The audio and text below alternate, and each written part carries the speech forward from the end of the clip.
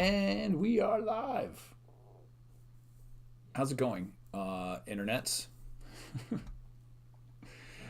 All right, so we're live. We had a little bit of technical difficulties, but it's always fun.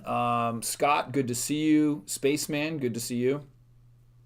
Yeah, if you're joining us, throw your name in the chat. It's always good to see who's here, where you're joining us from, and we'll try to answer some questions today. If you have some questions, throw them in the chat. Happy to answer whatever I can. Spaceman. I always give the Spaceman is congratulations. Going to be a dad in less than a month. Right on. We got a little congratulations on the screen. Thank you, Luke. That was good. These animations. Scott's got twins. Very cool. Oh, Rancho Cucamonga, not too far. I'm streaming from North San Diego, so in California. And we're going to answer some questions. If you want to support the channel, daduniversity.com/support, and you can become a member, have access to all of our courses, our videos, discussions, etc. We invite you to join us there. And you can also just give a donation if you want. We've gotten a couple recently, which have been very wonderful. Helps us, the memberships are really good because it helps us create more content. We've got, equipment, everything. It's not inexpensive, and it's very time consuming to do this stuff. So appreciate any help that is out there. Jose is joining us again. Right on. Hello, Jose. And let's see, where else we got people coming in from. We are streaming this across almost all platforms. We're still trying to get a few hooked up, but YouTube, Facebook, LinkedIn, Twitter. We're still trying to get the desktop for Instagram going. I guess we could do it mobile, but we're doing this through a streaming software, and so it doesn't work. And then also TikTok. So yeah, right on. Let's see here. Jack, good to see you from Poconos. Right on. So guys, if you've got questions, throw them in the chat. I will. I'll share a little bit of what I did this past weekend, just because it was quite an event. So I've got a group of friends, and this is the 4th year that we've done this, and I have posted this on my channel before. We do an event called the Day of Madness, and basically we start the morning surfing, because we live very close to the coast. We surf in the morning right when the sun comes up. And then shortly after that is a half marathon. The Moonlight Beach half marathon started at 7:30 in the morning. And so we transitioned from surfing and ran the half marathon. We did the half marathon in about 2.5 hours, come back, transition again, get on a bus, van we took up to an area in Riverside, Oak Quarry Golf Course, and played 18 holes of golf, and then transitioned as well, got on our ski onesies and transitioned to Mountain High Ski Resort and skied. And so then we finished the night. I think we were done somewhere around 9:30-ish, got home around 11:30 p.m. So I had woken up at 4 a.m. and went to sleep at about 12:30 by the time I got home, cleaned everything up and showered.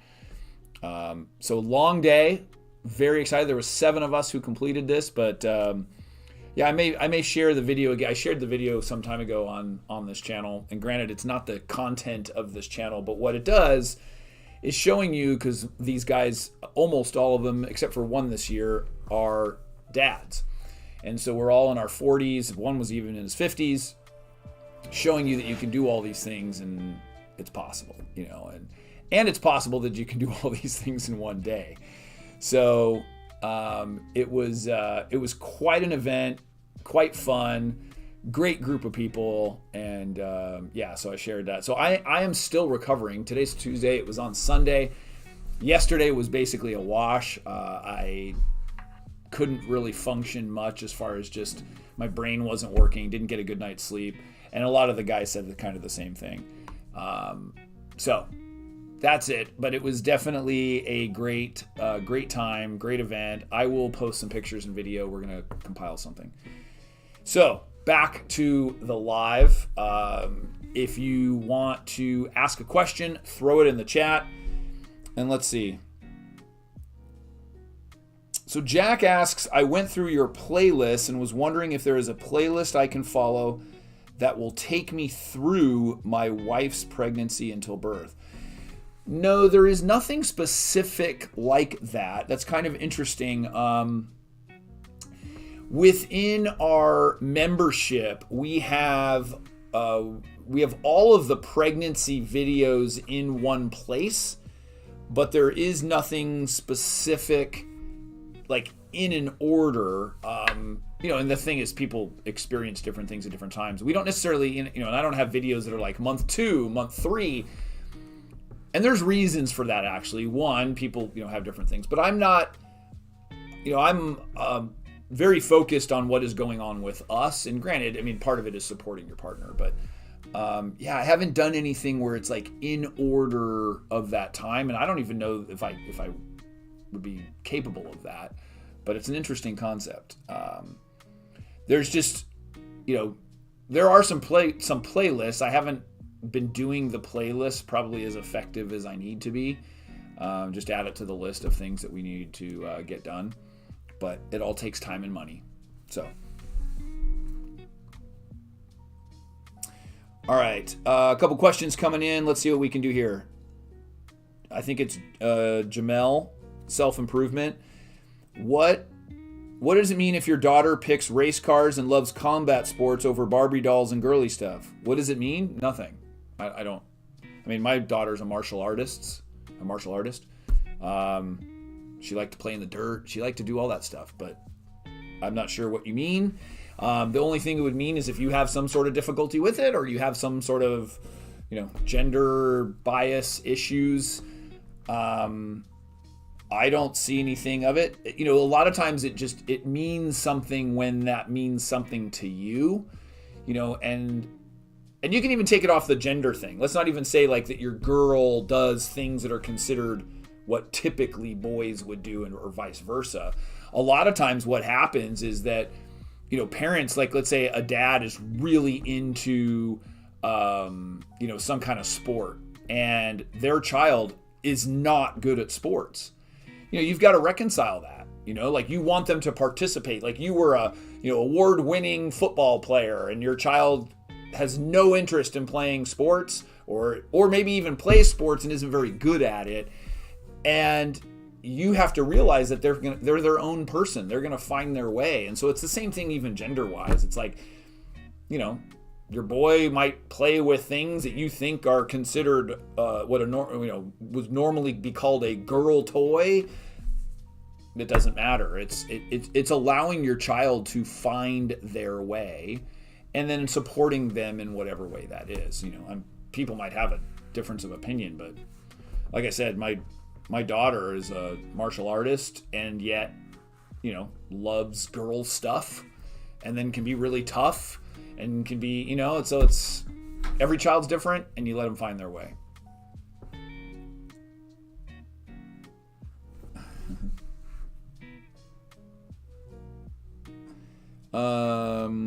Let's see.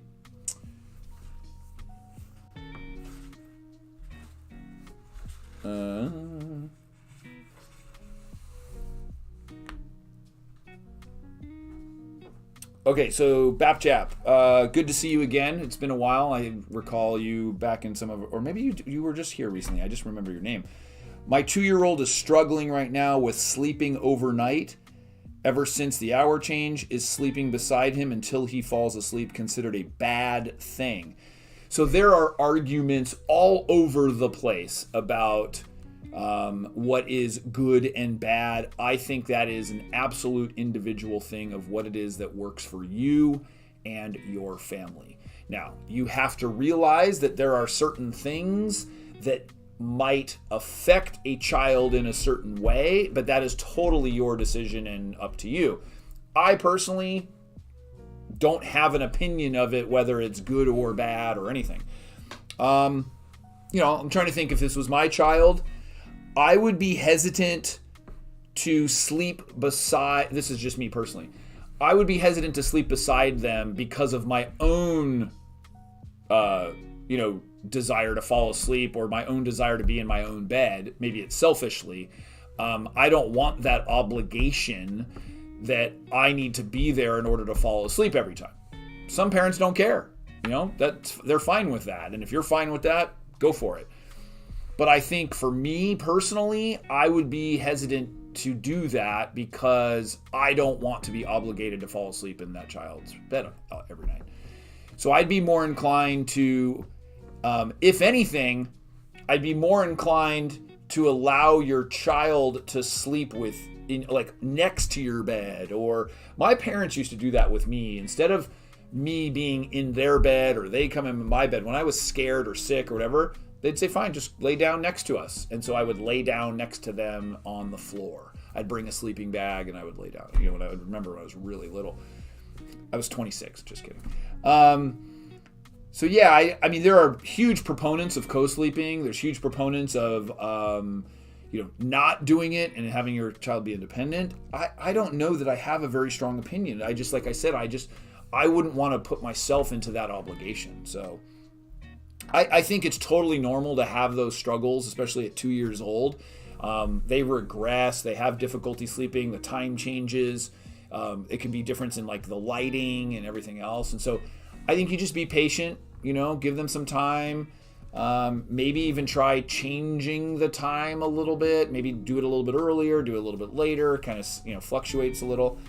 But at 2, they're still getting a rhythm. So I don't think there's anything wrong with trying different things and see how it works for you. Yeah.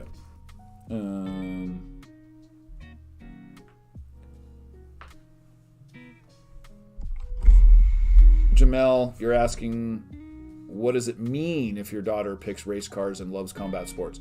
It doesn't mean anything. So I'm not sure if we're not speaking, if I'm not communicating clearly. You're asking what it means. It doesn't mean anything other than your daughter likes those things. So I hope that answers the question. Jack, what should I be prepared for in the first week of post-pregnancy, dealing with baby, wife, myself? Yeah. So I have a video that explains a lot of this. It's like, what to do when you bring the baby home from the hospital. And there's a couple things. One, try to be on a schedule.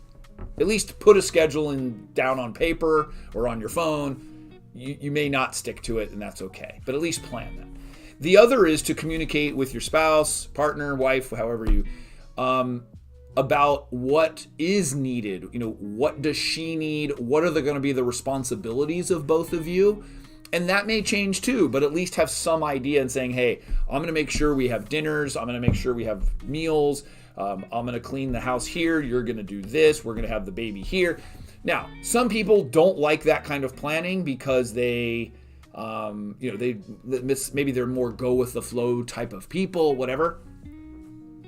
Babies, as they get a little bit older, thrive off routine, especially toddlers. And I think it becomes much easier. There's less arguments. There's understanding of what the expectations are of us. Because a lot of times as a partner, we're trying to figure out what our place is. Especially if your spouse is breastfeeding, is staying home from, and not working, and so they're the primary caregiver, and they spend the most time.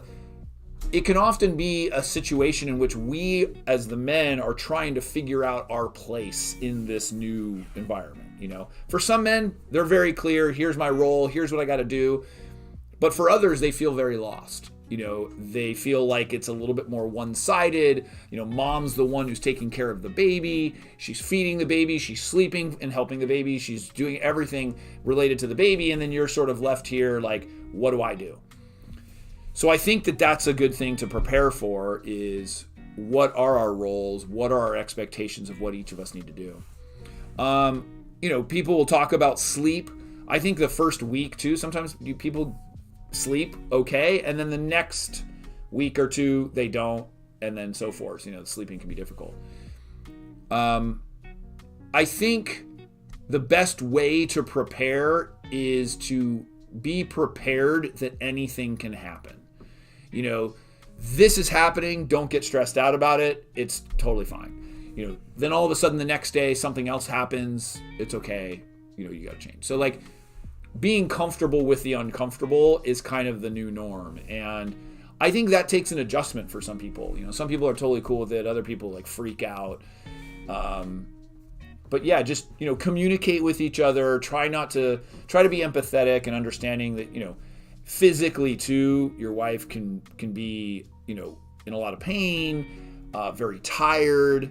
She just gave birth. Like, that's not an easy thing. And, be aware of that, be grateful of it, and understand that they do the majority of the work related to that. And so it's just our job to be there and be supportive and do the best we can. The other part is maybe relatives and a schedule. People or friends and family are all going to want to see the baby and visit the baby. And you have total control over that. I think the first couple of days and stuff was like, we were hesitant to bring the baby anywhere. Just it's this new thing and you don't know what to do with it. And so, yeah, you just, help each other, be empathetic, and like I said, just kind of roll with the punches, and I think you'll be fine. So hopefully that helps. Good questions today. Let's see, guys, if you have any questions, throw them in the chat. Also, too, you can support this channel. It is really important because it really does help. And as you become a member, the membership is really what drives us to be able to do these things. And so you can become a member, you get access to all of it, but you're also helping the channel. And you can pay what feels good. You can pay a small amount. You get to decide and choose, and it's a small monthly fee, even as low as a cup of coffee, at least in the US, to be able to support our channel and then get access to everything. We have 9 courses right now. We're in the process of creating more. We have 200 plus videos. We have discussion boards, and then it's really, really good, and it supports this channel, allows us to create more content, do these kinds of things. This stuff's not cheap, and it's very time consuming. We love it, but it is a lot of work, and if you've I don't know how many of you have created content, but it's not an easy thing, and it helps us, because the more we have here, the more resources we have, the more things that we can do, the more people that we can support, and so forth. Maria, thank you. Appreciate that positive feedback. Andrew says, my first baby is coming mid-October. We have our first doctor's appointment this Thursday, and then going to tell our parents this weekend. Any tips on telling friends and family about the new kid? Well, okay, so here's what I can tell you. This is me, okay? This is not what other people do. I can't imagine doing a gender reveal, a video, posting it to social media, and I am not a big, what's the word? Like that I need to surprise everybody. And so for me, it could be a straight out, here's what's happening. Now, if you want to have fun with it, you can always do it. Your lady can wear a shirt that has an arrow, or you could do something funny if you wanted to. But for me personally, like if I was at a dinner, I would just say, hey, everybody, I had an announcement. I think that's how we did it. We just said, hey, we're expecting our first child. And it was like, woohoo, okay, great. Now let's, move on to dessert. I think that's just my kind of lack, even though I have this channel and I do these videos, it's like I'm the lack of need for attention. Maybe it is. I don't know. I just don't, that's not something that for me, so I don't know if I'm the best one to ask. I think just being honest and telling them, hey, one thing that you can do, because it does, maybe this is a good one, of feeling like everybody else is in it, is saying, hey, I value every single one of you. I hope that you can all, unless there's some people there that you don't, but I hope you can all be involved in our lives. And you can even say a joke and saying, hey, I expect every single one of you to offer to babysit. And because that's going to be helpful. So that'd be cool.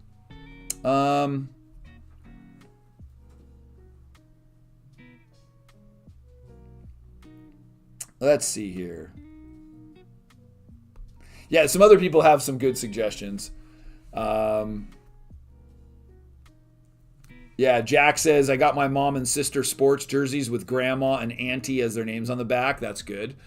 Yeah, see, other people are probably way more creative and fun than I am. Jose, bake a loaf of bread and tell them it's not the only bun in the oven. That's good too. You could do that. So yeah, you might even, there's probably some Google website. You can probably Google a website that has a bunch of reveals, and do that. And for some people, maybe you do want to video it. That's why I said, like, that's just a personal preference for me. I don't know. It's not something, I guess I don't like making a big deal about things sometimes, but that's me. Anyways, if you have any other questions, throw them in the chat. We've got some people visiting us here. Let me see what we got going on.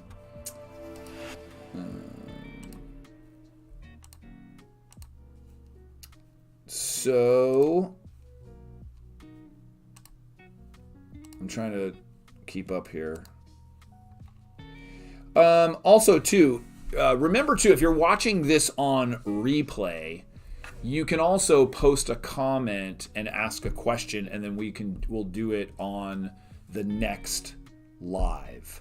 In fact, I think we have one, Luke. We may have a question. If we do, you can throw it up there. That was asked on one of the previous lives, and I wanted to make sure I get to it. Yeah, I think I sent it over there. Let's see if we can pull that up. Oh, is it? It's, yeah. All right. It's coming up.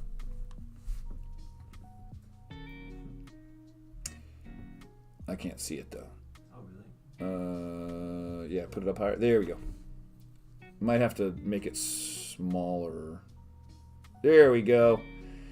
All right, Afro Brian, I have a question. What happens when his mom, I'm thinking it's the kid's mom, disrespects you constantly in front of your son? Am I supposed to let that happen and not say anything back? Just let him see his father be disrespected by his mom? What's your solution to this? So I'm making some assumptions here. It sounds like you are not together, but even if you were, as children, so here's what this is what I would say. This might not be a popular response, but this is how I feel personally, which is what all of these answers are. I don't think that you should be disrespectful back to the other parent at any time. Whether you are with the woman or not, being disrespectful, that child will eventually understand and realize that the mother is out of pocket. The mother is the one who is wrong.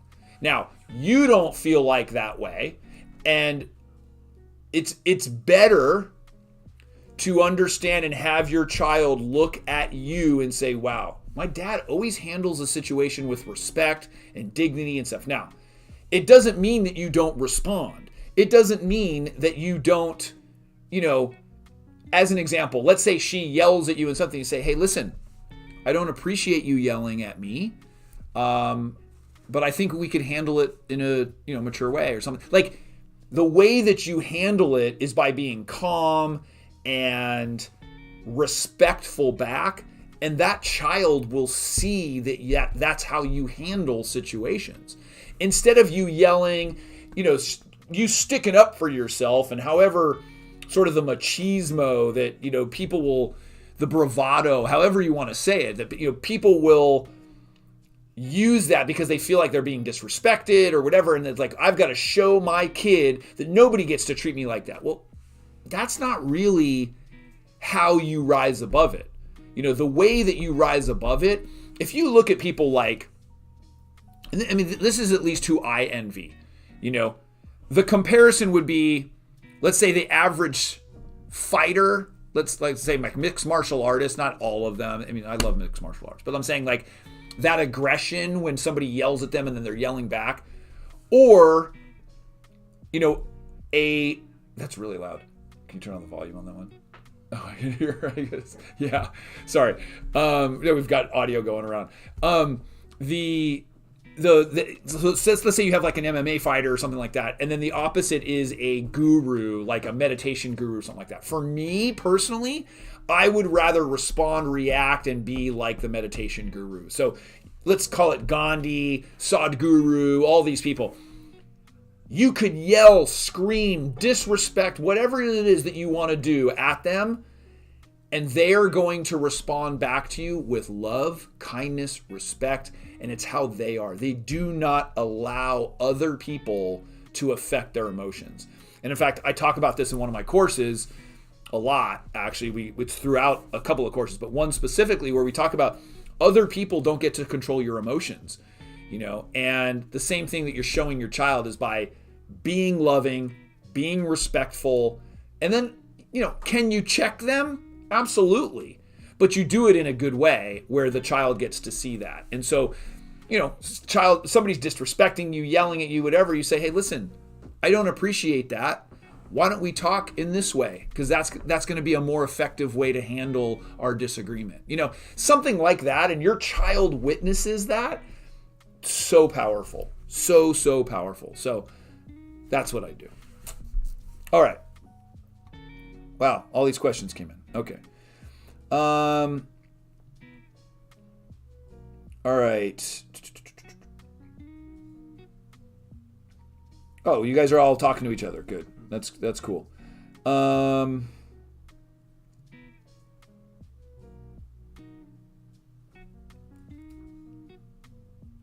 right, so Andrew asked one more thing. This was unplanned. We have only been together for a year, and I never wanted or planned for kids. Can you relate to being freaked out and nervous, maybe even slightly resentful? Yes. Here's the thing.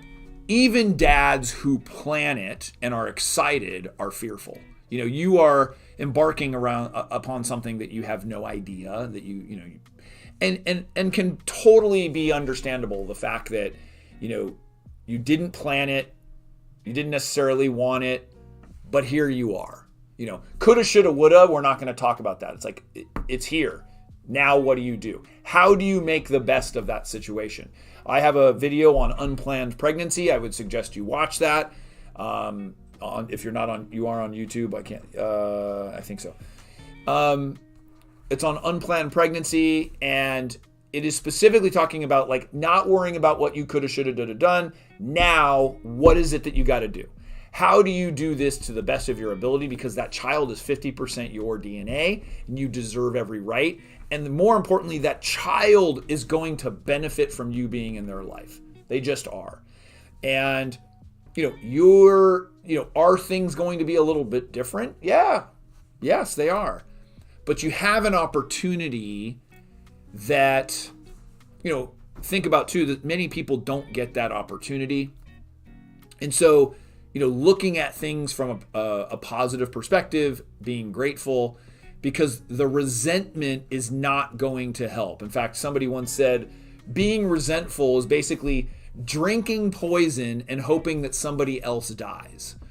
So think about that. Being resentful, having that in you is just not going to help you in any way. So, yes.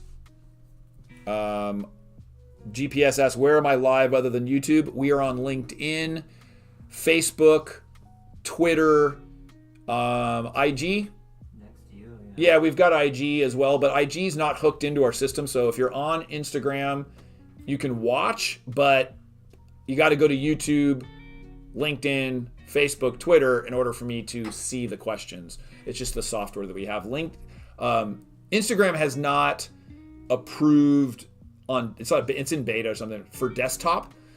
We use a desktop system through our camera feed and everything else.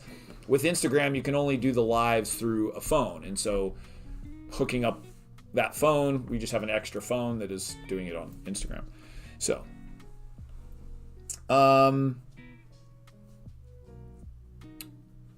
okay, Jack or Andrew, let me just see. Yeah, Andrew, it's understandably that it's not easy, and I would say the other thing too, learn about self-compassion and learn. I took actually a course on self-compassion because I wanted to learn more about it. And it's basically understanding your situation and allowing yourself to feel and realizing how big of a deal it actually is and allowing yourself to feel that way. And, it is a big deal. Having a child's a big deal. Having a child that you didn't necessarily plan for could be even a bigger deal. And so you're going to have emotions, you're going to have feelings, and that's okay. Allow yourself to have those feelings and emotions. Be careful who you're telling that to. You don't want to say that to the mom in sort of a negative way or anything like that. But it's okay that you process those emotions and that you feel that way. It's totally normal and it's understandable. And, you're now here. What can you do? How do you get involved? How do you respond in a way to step up and take care of that child? And the truth is, it's great if you two are together and that's wonderful, the family unit. But if it doesn't happen, it's okay. Or, you're still involved. And, a lot of times women will be like, no, don't worry about it. Or I got this. Or no, it's 50% your child. You be there. Children need fathers. So that's why I'm also making sure that, people understand that. My wife wants to circumcise our son. I'm leaning towards not wanting to do that. I am, but I feel it has played a negative role in my sex life as an adult. Again, that's an individual thing. How do we compromise? I don't think you compromise on that one. I mean, that's an either or. I don't think there's a half circumcision, but there's a joke a long time, or I heard it somewhere. It was about, I was going to this party and I wasn't sure if I should wear a blue sweater or a red sweater. And, because I wanted to wear a blue sweater. My wife wanted me to wear a red sweater. So we compromised and I wore the red sweater. In other words, it's what she wanted. Now, in this situation, obviously, it may not apply. I think that's an individual thing. Now, a lot of times, I've heard different situations about that, that people have said, I did it because, I wanted my son to match the father, so that he looks at this father and says, hey, I've got the same thing. But it's a total individual decision. And I think you should, research it for yourself and her and understand why and, have that discussion. I don't know that that's an easy one to solve. I would talk to, although a doctor or a pediatrician, depending on where you live, is probably going to tell you their opinion. But I would research it. I would, look at positives, negatives. You certainly have a valid, point if it has affected you, the only thing I would be wary of is understanding why it's affected you. And we don't need to go into that here, but and understanding why that is, and is it really that, and are there other emotions that came into play, physical things, something. So, it could be talking to a therapist too. A therapist could come into play here, that you talk about it and your feelings about it and maybe how it's affected you and why or so. All right, Jacob, what's the best way to set boundaries with relatives without offending them, so we don't want our child to hug and kiss if they don't want to? And I've seen my family be forceful to children in the family. Yeah, this is a big one. So I wouldn't cross family boundaries. In other words, you talk to your family, your spouse talks to her family. Don't cross over and try to police other people. But if you feel really strongly, I feel like you have the right to do that. And there might be ramifications for that, but that is part of possibly the issue. In other words, I'll give you an example. If somebody told me, and this was, let's say it's my daughter or my son or whatever, and said, hey, Dad, and they have a child there later, and they say, listen, I really appreciate if you didn't do this when my child this or blah, blah. Okay. Now, if I was to put my own opinion on it and my own things well, I don't really care what you think, this is what I want, that's their problem. That is your family or, that's their issue. I think any sort of I just can't imagine, unless it was something so far-fetched on the other side. I'll give you an example. I don't kiss family, outside my wife on the lips. Other families do. Other families are comfortable. That's fine. But if my wife said, well, hey, in my family, everybody kisses on the lips and I'm required to do that, well, I don't need to compromise myself to do it. I would never expect, though, that my wife would do that. But let's say somebody did, I'd be like, hey, I'm sorry I don't fit in then. I'm not going to do something that I feel uncomfortable with. And, and as your child, I think until they're a certain age, you have the right to do that. A grandparent, a cousin, an aunt, uncle, they don't have the right to do that. And so, they may think you're weird. They may think but you're allowed to bring your child up the way that you want to. That's sort of that's the good and the bad sometimes of having children, because some parents choose to bring them up in a way that, let's say I may not agree with or somebody else doesn't agree with, but it's their right to do that. And so, until the child becomes an adult, it is their right. Now, there are situations and things that we may just completely disagree with. We don't think is right. We don't think it's a good idea. It's not going to be healthy for the child.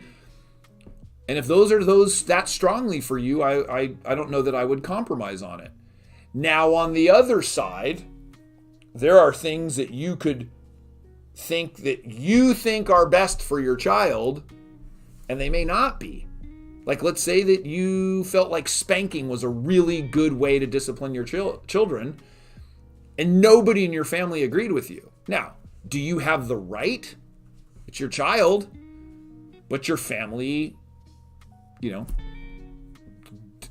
disagrees with that. Now, in that instance, me personally, I would not probably disagree. But in the instance of forcing your children to be physical, or they have to kiss grandma, or grandpa, they always have to sit on his lap, or no, that's your child. You don't have to do that. And if they don't like it, that's their problem. They risk not having the relationship with the child. So you did ask, I went on a tangent, but you did ask of what's the best way to set boundaries. I think it's having that discussion and say, listen, I know it might be something that you feel strongly with, but here's here's what we feel strongly with, and I would really appreciate you respecting that. And if they don't, you then have to decide what it is that you're willing to do. Okay, well, we won't be around Aunt whatever anymore, or, and that happens all the time, with families. I've had some people here even on the chat that they didn't want to bring their children to family functions because the other family members' children were so badly behaved, they just were horrible, that they didn't want their children around them. And until they're a certain age where they can have that discussion and say, hey, I know this kid does this and this is, but we're not doing that, and you just set your boundaries that you want. That's the beauty of being a parent. Whew, that got me fired up. I appreciate that. Guys, if you want to support the show, you like what you're hearing, become a member. Go to daduniversity.com/support. Click on that membership. Support whatever amount you can. It really does help our show. And you could also, if you want to do a one-time donation, we accept that too. But and for those of you on Instagram, hello, welcome. If you do want to ask a question, you got to go over to YouTube though, or LinkedIn, or Facebook, or Twitter. Unless you can get Instagram to allow us to stream through a desktop. It's very technical. The show's very technical. But I'm glad I have Luke here to do all that. Hey, because I really need help. I have a 9-month-old daughter, but I don't live with her because I still live with my parents, and my girlfriend is suffering from depression because she needs me, and I also need. Okay. Looks like we got a question on Instagram. If you're still there, maybe head over to YouTube so we can get the full question, get some context of it. I can follow up with it. Or just post it as a reply somewhere and like on one of our posts, and we'll try to get to it. Because that's the other thing too that we try to do is if somebody posts a question and it's a question that we feel like might apply to numerous people, then we we'll try to use it on the show too. Because sometimes there's not there's not a ton of questions coming through. But if you do have questions, throw them in the chat, and we would be happy to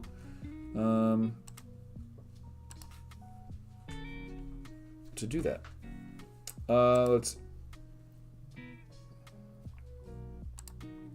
Right? Do you have any other questions up there? I think we had another question that was Ready? Yeah, I think we had another one that was ready. Although, let's see, wait, before we do that. Jax asks, what are some things that a dad of a newborn should never leave home without? Jack, it's all right. Hey, nobody else is asking a question. You can ask all the questions you want. This is a personal coaching session. That would be expensive, but so this is free. See? Never leave home without. Here's what's funny is like when you first have a baby, you feel like there's everything you need. Like food. Like food, diapers, clothes, pads, toys. Everything. And you get used to, your own child and what it is you need. And of course, like by the, oh, wait, you just put it up. Oh, by the second child, you you're bringing like a diaper, you're like throwing a diaper and maybe a shirt or like pants, or something like that, or a onesie. So yeah, I think that's individual. I think it depends on where you're going. Always have diapers on hand. That's for sure. Like there's just, and maybe an extra onesie depending on the thing, but like you just might have a blowout, you might have something. And so and one diaper might not be enough.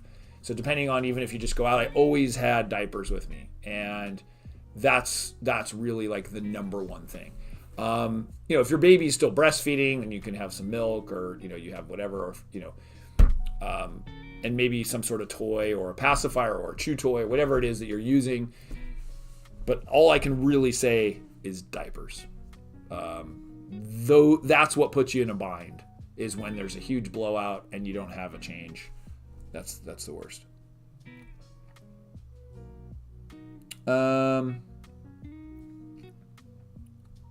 Mariana, I'm working as a student aide at an elementary school, but this kid is a little boy and he keeps going out of the classroom because he's angry, frustrated, and wants to go home. And I know that he wants to go home and get attention, but he keeps going out of the classroom. Is there a way to let him be a better kid, like being calm or something?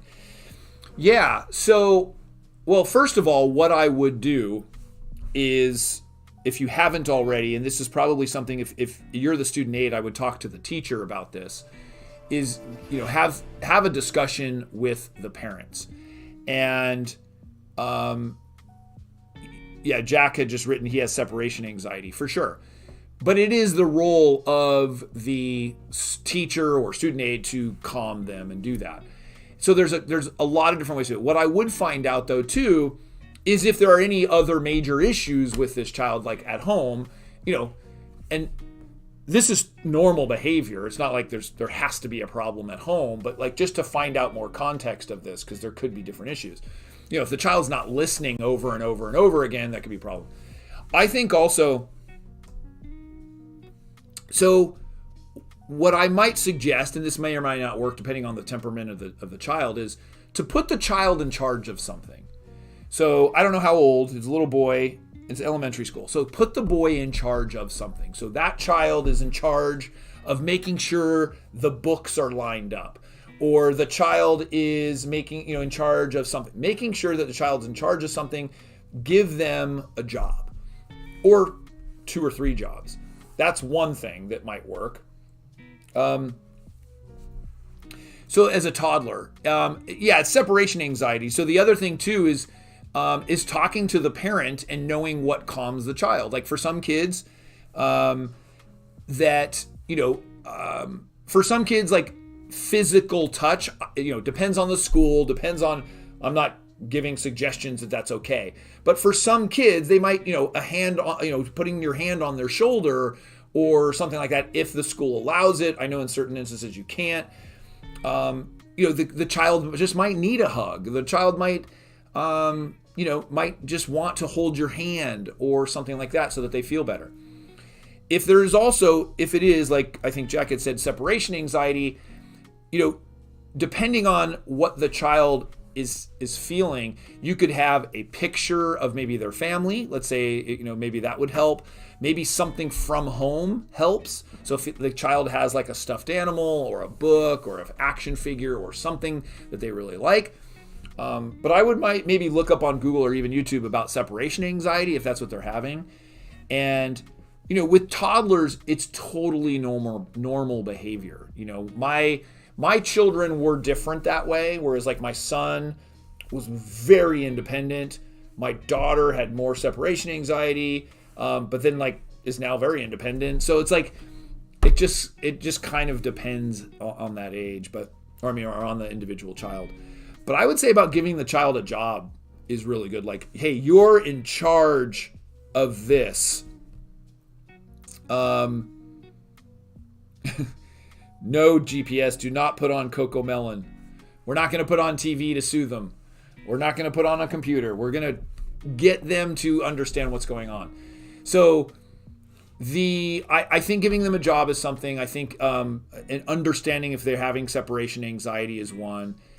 Because a toddler, just telling them like sit, behave, you got to give them something to do. So it's like, give them either something that they can, maybe they can color, maybe they can, even a rocking chair. I know with my kids' schools originally they had like rocking chairs so that they can move around.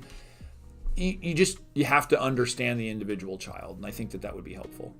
So hopefully that helps. So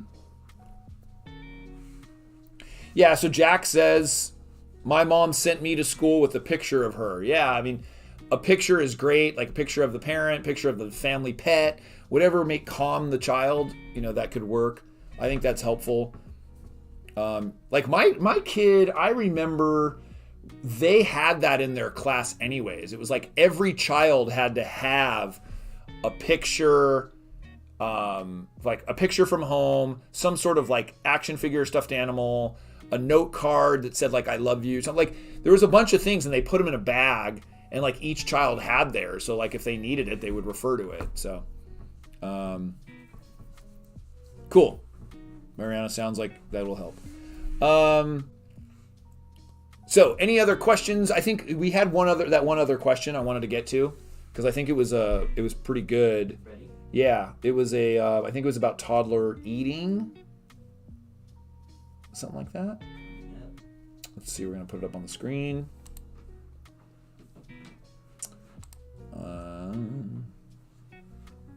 Is it coming? Yeah. There's a delay on my side, so I think. But we're gonna, if somebody else throws. Oh wow, it's that long of a delay. Yeah, if somebody else has questions, you can put it in the chat. But otherwise, we're gonna grab one of the questions from. Should be up any second. Let's see. So Leslie had asked how to get my toddler to eat her food.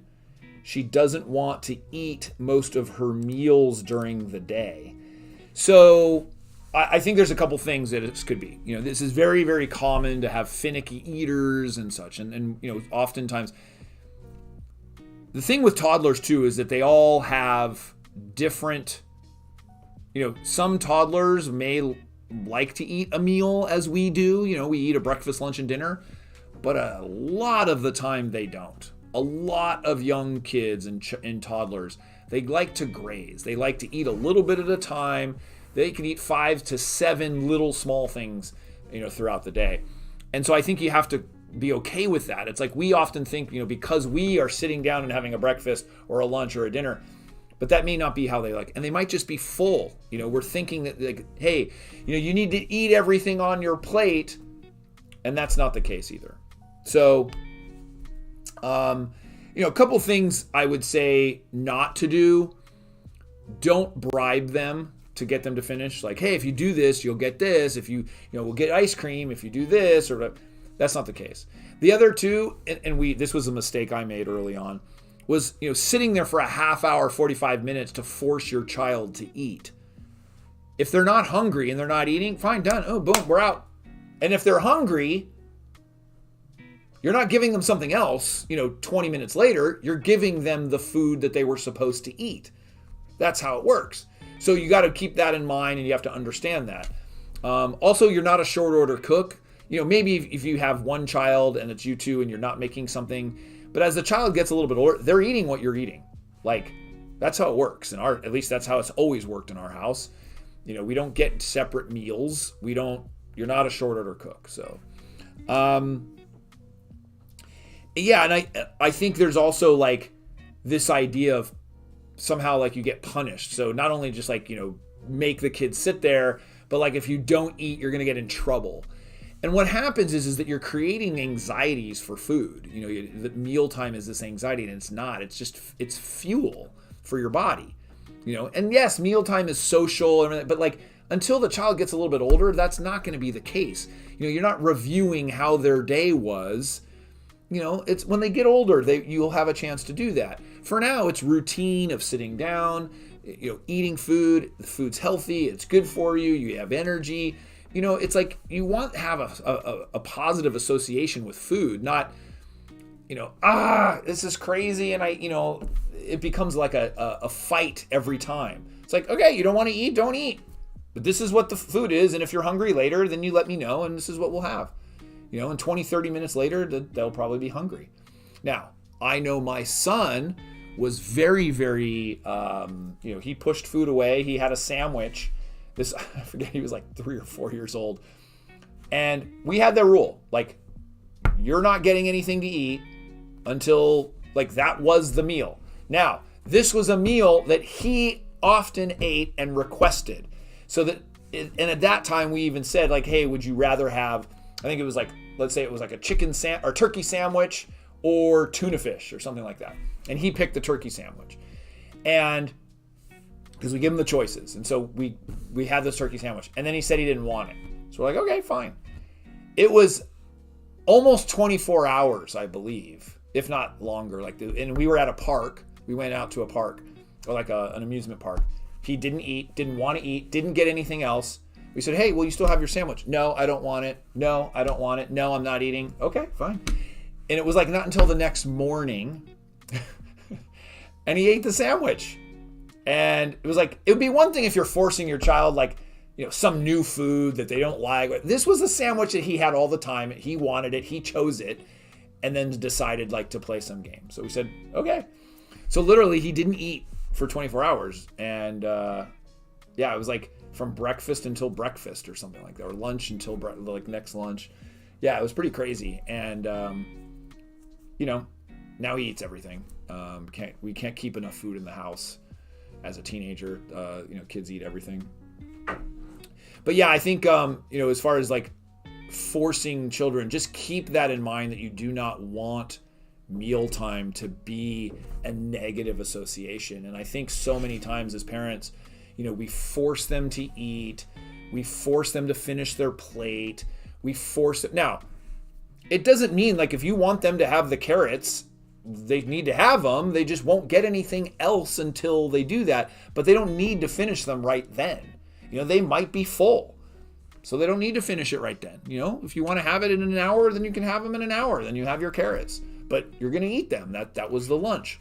So I think that's the part, you know, and I think my parents did a really good job with that too. And we ended up, you know, having a pretty wide palate. They always had healthy foods with our meals. But also, like, this is what it is to eat. You don't want it? That's it. Well, you're going to have it. Like, that's your portion. You're going to have it. And so, yeah, it would just, I think we've made it much easier for children to not eat nowadays. All right.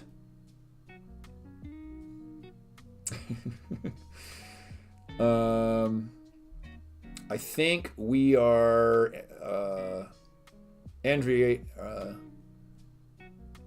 Andriana, Jake's back, Jack, and just seeing if we've got anything here else that we need to get to. Just one final thing, wanted to tell everyone thank you. We will be back next week, 4 p.m. Pacific, 7 p.m. Eastern, for those of you on the East Coast. You can take away that question. If you guys have any questions, throw them in the chat, or, you know, as a comment later down the road. We will, you know, feature them in a future episode. And if you want to support the channel, go to daduniversity.com/support. Support the show, support the channel, support us. We appreciate it. Become a member. It's so awesome. You can pay what feels good. It's very cheap. We've made it. You can have access to all the courses, all the videos, the discussions, everything. It's very, very inexpensive. And we just want to... Oh, okay. I'll get to this last question because I think you were on Instagram and you wanted to go. I'm 23 and my daughter's almost 9 months. I really need to be with her, but I still live with my parents. And her mother needs me so much, and I also want to help her feel confident again. Well, I'm not sure of the reason that you live with your parents, but that can be one of the difficulties, is that, you know, if you've got a girlfriend and a child, you know, if you guys can all live in the same place, whether it's at one of your houses or you get your own place, could that be a solution? If it's not, I mean, like, you know, if you can't have everybody at your place, or you can't be at her place with the child, then you may have to look at getting your own place. And what's that going to require is for you to possibly get a better job. You know, it's a hustle. It is not easy, and especially when you're young. But that's part of the, you know, of the difficulty. So if it's a financial issue, or you're taking care of parents, or you see if you can all live in the same spot. That's what I would say. And, you know, there is no like magic solution to this. You know, this is, if you need to help her, so then you need to be around her, then you need to make that happen. And you need to make that happen by either living with her or with whoever it is, or getting your own place. There is no other answer.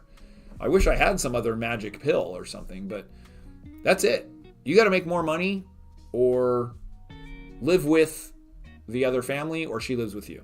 Those are the options. So look at all those options, weigh those options, and then decide what it is that you want to do. and hopefully everything works out. Thank you for coming over to YouTube. Also, too, I said about support. You can also subscribe to the channel, guys. If you're not a subscriber, that really helps also. That's free. Doesn't cost anything. You just click subscribe. And even if you don't look at it, it still helps us because YouTube's algorithms love subscribers. That's the thing. Views are fine. Those are great. But subscribers is where it's at. And so we really appreciate that. So guys, with that, I will be here next week, 4 p.m. Pacific, 7 p.m. Eastern. And we will do the Dad University live show. Come with your questions. Love it. Good questions today. Appreciate everyone being on here on the chat. All the regulars now that I'm seeing these guys. I appreciate you guys. And hopefully I'll see you next week. See you soon. Bye. Guys, I'm excited. We've got a diaper bag giveaway. This is the Kobe expandable diaper bag. Really sturdy, it's got a lot of pockets. It's a very cool bag. For the next 50 members who sign up for daduniversity.com, as a member, we will put you in the drawing to win this diaper bag. It's over 139 bucks. It's got all kinds of cool accessories with it. So make your way over to daduniversity.com and pay what feels good to become a member. So become a member and get the chance to win this bag. Go over to daduniversity.com, click on become a member, and you'll automatically be entered if you're one of the next 50 people to do that.